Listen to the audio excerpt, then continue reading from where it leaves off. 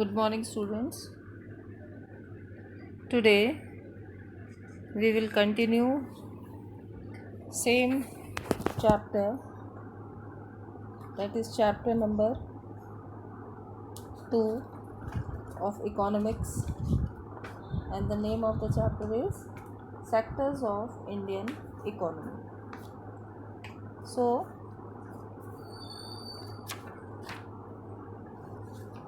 in a previous video we have discussed some important topics, and continuing them I am discussing some more topics today.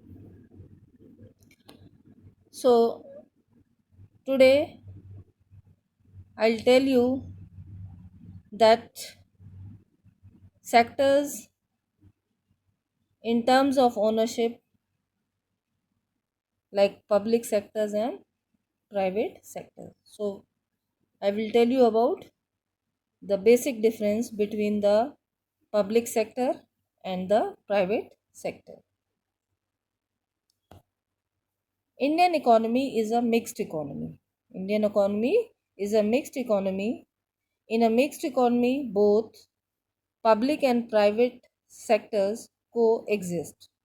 इसीलिए Indian economy को mixed economy भी कहा जाता है, क्योंकि यहाँ पे जो कुछ पार्ट ऐसे हैं जिन्हें पब्लिक सेक्टर डील करता है और कुछ पार्ट ऐसे हैं जिन्हें प्राइवेट सेक्टर डील करता है, तो दोनों मिलके इकोनॉमी के लिए काम करते हैं.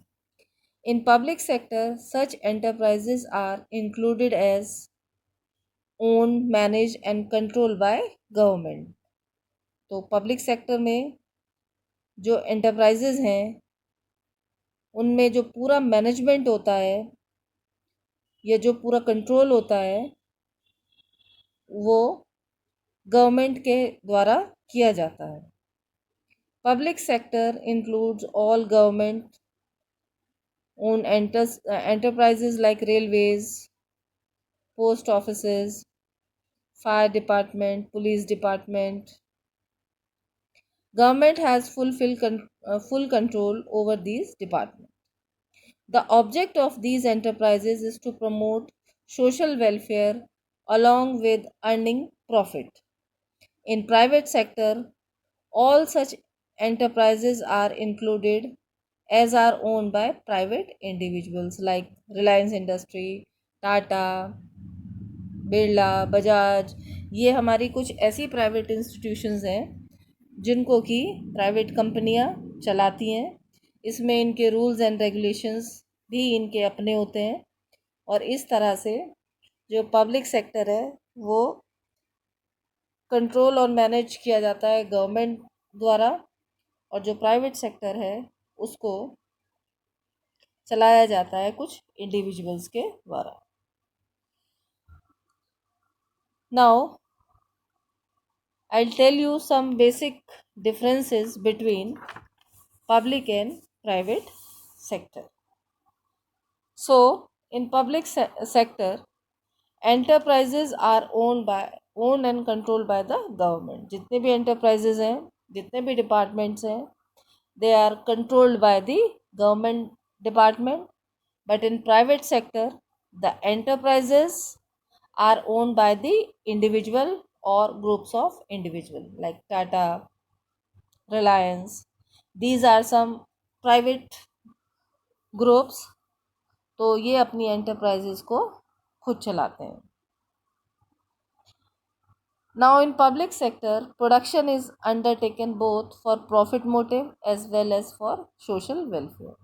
जो हमारा पब्लिक सेक्टर है उसमें जो प्रोडक्शन किया जाता है, जो भी प्रोडक्शन होता है अब जिस भी डिपार्टमेंट का, चाहे वो ट्रांसपोर्टेशन है, चाहे वो हेल्थ डिपार्टमेंट है, चाहे वो फूड डिपार्टमेंट है, कोई सा भी डिपार्टमेंट है, उसमें जो ऑल्दो गवर्नमेंट को भी प्रॉफिट चाहिए, तो प्रॉफिट को ध्यान में रखते हुए ही डिपार्टमेंट्स को चलाया जाता है. लेकिन उसके साथ साथ उनका एक और मोटिव भी होता है, पब्लिक सेक्टर का एक और मोटिव भी होता है, वो होता है सोशल वेलफेयर.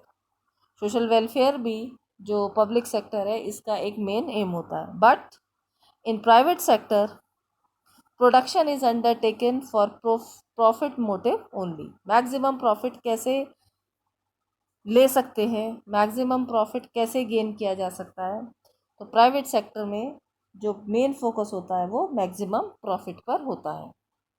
सोशल वेलफेयर हो रहा है तो भी ठीक है, नहीं हो रहा है तो भी ठीक है, लेकिन जो फोकस है वो पूरा प्रॉफिट पर होता है. प्रॉफिट कितना हो रहा है. In public sector prices are determined largely by the government.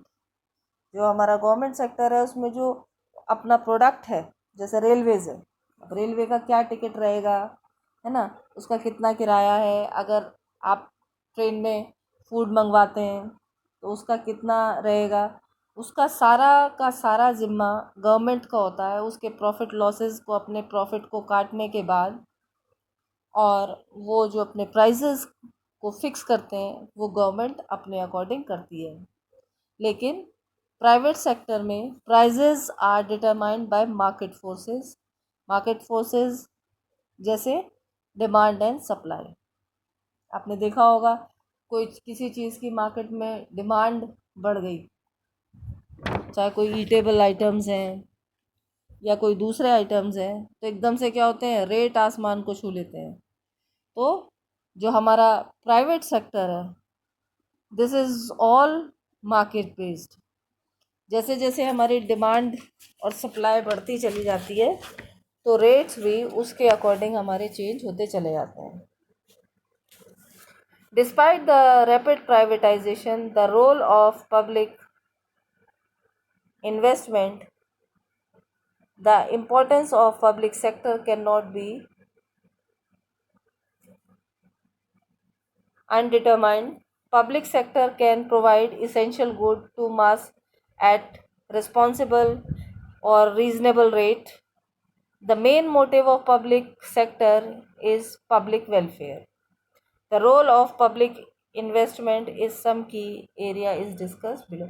So जो हमारा बेसिकली पब्लिक सेक्टर है इसका जो मेन एम है वो हमारा, या जो मेन मोटिव है, the main motive of public sector is public welfare और सोशल वेलफेयर. तो ये है हमारा बेसिक डिफरेंस पब्लिक सेक्टर और प्राइवेट सेक्टर में. नाउ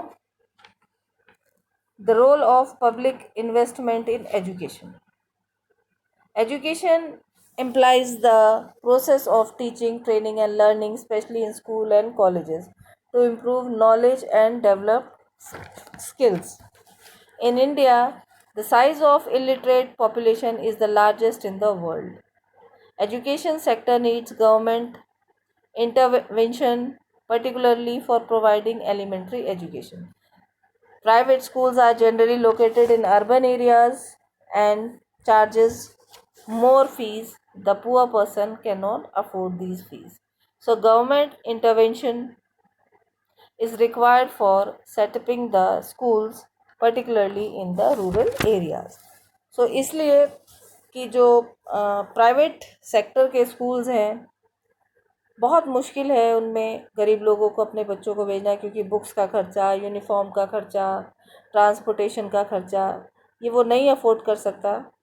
तो इसलिए ये ज़रूरी है कि जो हमारा पब्लिक सेक्टर या गवर्नमेंट सेक्टर है वो ऐसे स्कूल्स और कॉलेजेस सेटअप करे जहाँ पे उन्हें एजुकेशन जो है वो फ्री ऑफ कॉस्ट मिले या कम फीस पे मिले. क्योंकि आज भी जो हमारी इंडिया है वो पॉपुलेशन वाइज भी जो है वो लार्जेस्ट है चाइना के बाद, और इलिटरेसी में भी लार्जेस्ट है पूरे वर्ल्ड में. तो it is very much required कि यहाँ पे जो हमारा एजुकेशन सिस्टम है उसको और ज़्यादा इम्प्रूव किया जाए. Role of public investment in health. This is another important role of public investment in the sector of health. Health is a state of complete physical, mental and social wellbeing.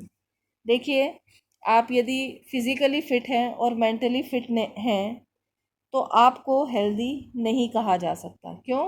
क्योंकि एक healthy person के लिए mentally और physically दोनों तरीके से ही healthy होना must है।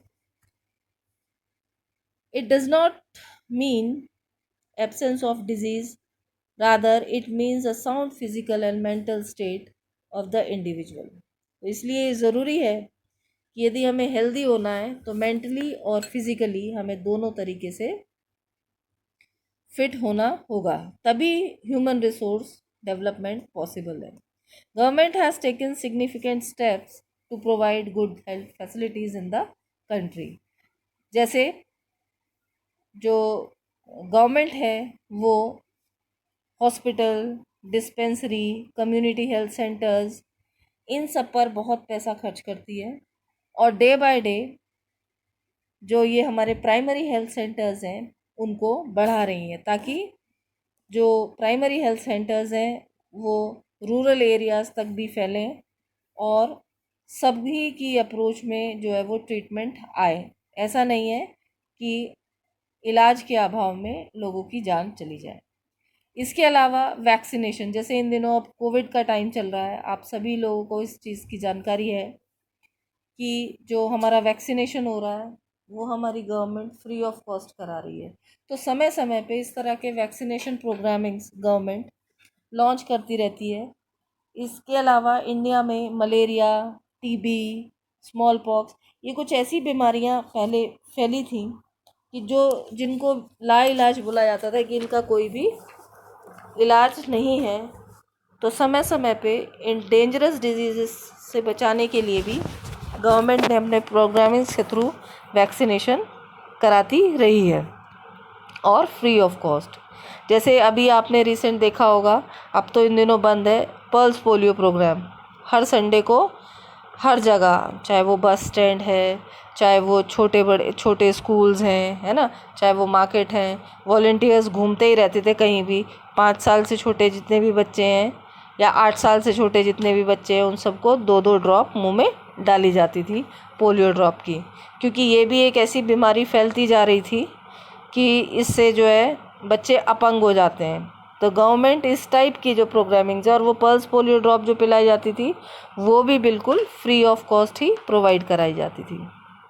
इसके अलावा अलग अलग जगहों पे गवर्नमेंट जो है वो मेडिकल कॉलेजेस, रिसर्च सेंटर्स, पीजीआईज़, इन सब को भी लॉन्च करती है, बनवाती है, ताकि बीमारियों की नई नई बीमारियां तो आ ही रही हैं, लेकिन उसी लाइन में नए नए रिसर्चेस को भी प्रमोट किया जाए ताकि इन बीमारियों से समय रहते छुटकारा मिल जाए।